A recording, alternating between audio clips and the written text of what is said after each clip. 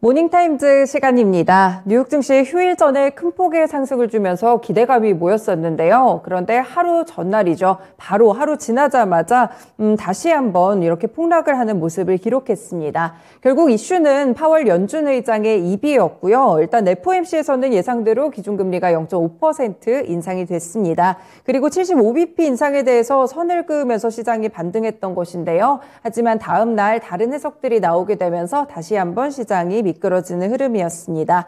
다우지수와 나스닥 지수는 2020년 이후에 최대 하락률을 기록했다고 하는데요. 일단 흔들리는 시장을 어떻게 붙잡아 나가야 될지 오늘도 토마토 투자클럽의 최원재 전문가님 함께하겠습니다. 네, 전문가님 안녕하세요. 안녕하십니까. 네, 시장이 좀 많이 흔들렸습니다. 3% 정도 올랐다가 바로 5% 가까이 하락하는 모습까지 기록을 했는데 일단 시장에 대한 리뷰 좀 살펴주시죠. 네, 미국 증시 FOMC 후폭풍에 하락으로 마감을 했는데요. 다우가 3.1% 하락, 나스닥이 5% 하락, S&P 500이 3.5% 하락했습니다. 종목별로 강세 종목을 보면 트위터가 2.6% 상승했고요. 엘버말이 9.7% 급등, 그 다음에 옥시덴털이 1.2% 상승했습니다. 여행업체 부킹홀딩스가 3.2% 상승했는데요. 컨센서스 상회하는 실적을 발표하면서 강세를 나타냈습니다. 그 다음에 수소 트럭 업체인 니콜라가 6.4% 상승했는데요. 1분기의 손실 축소와 그 다음에 기대 이상의 매출 증가로 인해서 상승으로 마감을 했습니다. 그 다음에 주간 신규 실업수당 청구 건수가 20만 건으로 집계됐는데요. 시장 예상치인 18만 2천 건보다는 소폭 상회했지만은 전주보다 19만 6천 명 감소했습니다. 그 다음에 BNP 파리바에서는 연준이 3번 연속 금리 인상을 할 것이라고 예상을 했는데요. 6월, 7월, 9월 이렇게 3차례 연속으로 금리 인상할 것으로 바라보고 있습니다. 그 다음에 ING 측에서는 6월 75bp 금리 인상 가능성이 여전히 있다라고 얘기를 하고 있는데요. 파월은 75bp 금리 인상을 적극적으로 고려하지 않고 있다라고 얘기를 하고 있지만 여전히 그 가능성이 있다라고 얘기를 하고 있습니다. 네, 그렇군요. 여러 가지 이슈들을 함께 좀 체크를 해드렸는데 일단 시장 관련해서부터 하나씩 좀 살펴보는 게 필요할 것 같습니다. 일단 0.75% 인상은 위원회가 고려한 것이 아니다. 이렇게 파월 의장이 얘기를 했잖아요. 네. 그래가지고 시장이 급등을 했었는데 다음날 급락을 하게 됐습니다. 시장에서 잘못 해석했다 이런 이야기들도 나오는 것 같고 정확히 어떤 이유 때문에 이렇게 하루 늦게 반영이 된 건가요? 결국에는 0.75를 인상을 적극적으로 고려하지 않고 있다라고 6월 달에 얘기를 했지만은 네. 여전히 현실은 긴축으로 계속 가는 방향이다. 그런 게 아직까지 그렇게 얘기가 나오면서 시장은 어제 큰 폭으로 하락했는데요. 여전히 50bp 금리 인상을 계속적으로 해야 될 것으로 보고 있어가지고, 시장에 좀 압박을 준 것으로 보고 있습니다.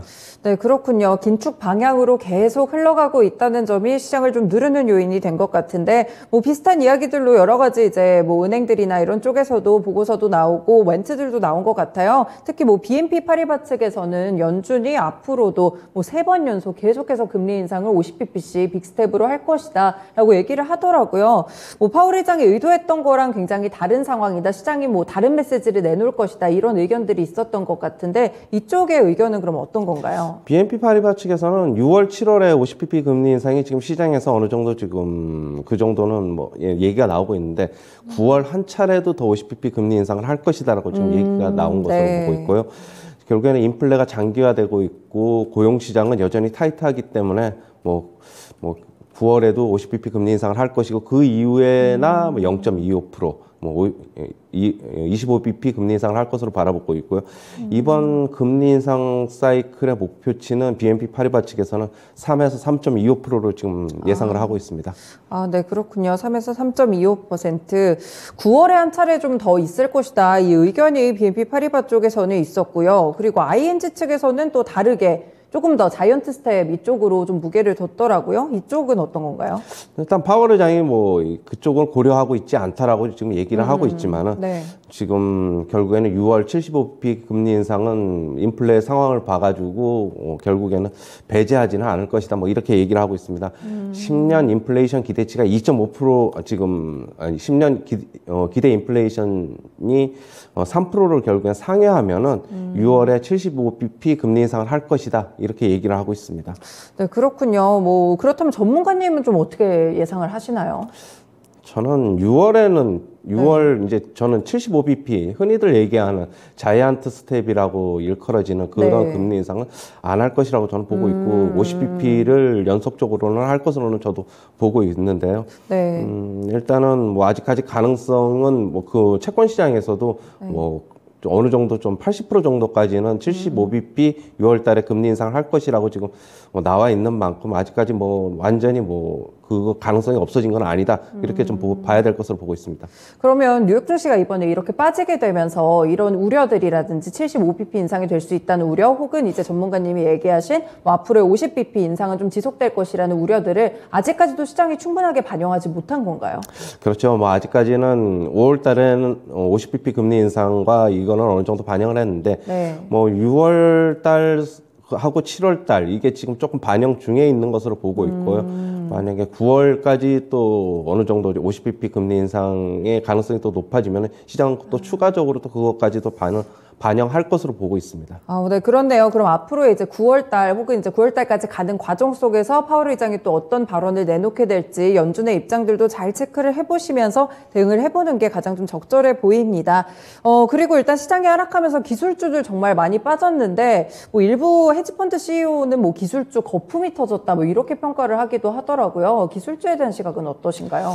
뭐 계속적으로 뭐 10년 만기 국채금리가 어제 이제 3.06으로 마감을 해가지고 네. 마감으로 처음으로 이제 3%를 돌파했는데요. 장중에는 3.1%까지 찍었죠.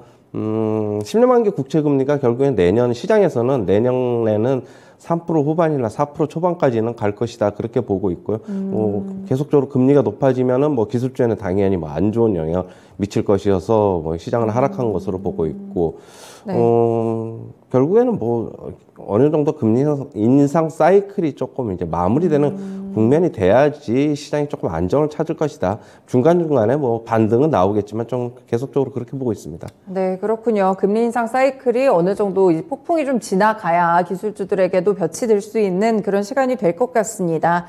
그리고 이제 뭐 신규 실업수당 청구 건수 매주 발표가 되고 있는데 20만 건으로 집계가 됐네요. 전문가 예상치를 좀 웃돌고 있는데 그렇게 되면은 약간 좀 최근에 올라왔다 이런 생각이 좀 들거든요. 어떻게 보시나요? 여전히 낮은 수치입니다. 여전히 낮은 수치이기 때문에 뭐 네. 전주보다도 19,000명 감소했고 그래서 뭐 고용에는 아직까지 큰 문제 없다 뭐 그렇게 봐야 될 것을 보고 있고 글로벌 IB들도 고용은 지금 뭐 전혀 신경을 쓰지 않고 있고요.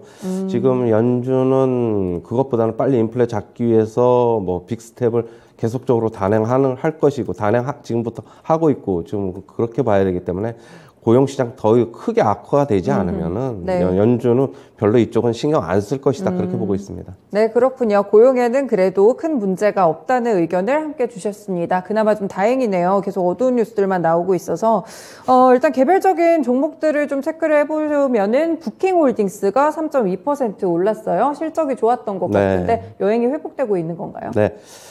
지금 컨센서스 상회하는 실적을 발표했고 일단 CEO가 가이던스를 얘기를 했는데 네. 지금 4월부터 벌써 여행 수요는 빠르게 회복되고 있다라고 지금 얘기를 하고 있고요.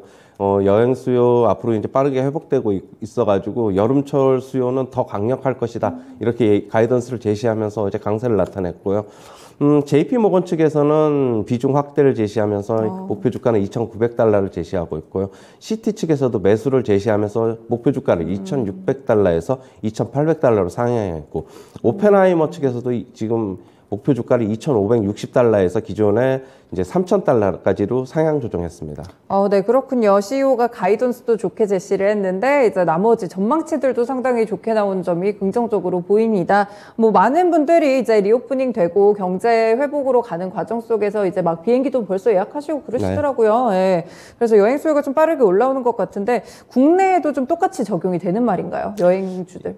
국내는 네. 조금 다르죠. 회복 수요는 뭐 같이 좀 있을 수는 있는데 네. 당연히 미국이 먼저 훨씬 빨리 회복이 되죠. 왜냐하면 미국은 뭐 워낙 이제 그 땅덩어리가 크니까 그쵸, 네. 자기네 자체만으로 여행 수요만으로도 실적 회복이 빨리 될 수 있지만 우리나라는 결국에는 밖으로 나가는 아웃바운드 수요가 더 많기 때문에 결국에는 그걸 좀 지켜봐야 될 것으로 보고 있습니다. 아, 네. 그런 부분이 좀 다르겠네요. 아무래도 이제 다 바깥쪽으로 나가는 수요도 있고 예전에 생각을 해보니까 여행사를 같이 해서 가는 여행 수요도 좀 많이 줄었던 것 같아요. 뭐 배낭여행이나 이런 것들이 많이 떠오르게 되면서 이런 부분들도 함께 좀 생각을 해보시면 좋을 것 같습니다. 그리고 개별 종목으로 한 가지 더 니콜라가 있는데 또 많이 올랐더라고요. 굉장히 좋지 않은 시장에서 또 자동차 종목들도 더 많이 빠졌거든요. 전기차 네. 쪽도. 근데 이제 혼자 이렇게 좀 많이 올랐어요. 어떤 소식이 있나요? 니콜라 뭐 수소 트럭 관련 업체인데요. 1분기에 손실이 축소됐다. 그러니까 전년 동기 대비 지금 그렇게 나와가지고 강세를 나타냈고요. 그 다음에 매출이 기대 이상이었기 때문에 강세를 나타냈습니다. 지금 주당 순손실이 21센트로 나타났는데 시장 예상치는 25센트였거든요. 그렇게 네. 본다면은 순손실 규모가 축소됐고 1분기 매출이 지금 189만 달러로 집계가 됐는데 시장 예상치로는 11만 2,500달러였기 때문에 시장 예상치보다 매출이 큰 폭으로 증가했고요. 네. 지금 대형 이제 수소 트럭 주문 의향 규모가 지금 500대를 지금 넘어섰고, 그 다음에 주행 거리가 더 긴 수소 트럭을 지금 개발 중에 있다고 지금 코멘트를 하면서 강세를 나타냈습니다. 아, 네, 그렇군요. 확실히 좀 손실 규모를 줄여 나가고 이렇게 보면은 업종이 흔들리는 속에서도 실적이 괜찮은 종목들 위주로는 되게 방어가 좀 되고 있는 모습이 나타나고 있는데 이런 종목 위주의 전략을 좀 취하면 될까요? 그렇죠. 아무래도 실적이 그나마 좀 버텨줘야지 들 빠지거나 소폭 상승하거나 지금 그런 것으로 보고 있고. 그러나 여전히 지금 이런 이슈는 장기간 뭐 오늘 시세 연속성을 가지지 못한다. 저는 그렇게 보고 있어요. 뭐 하루짜리나 뭐 이 정도로만 보고 있고.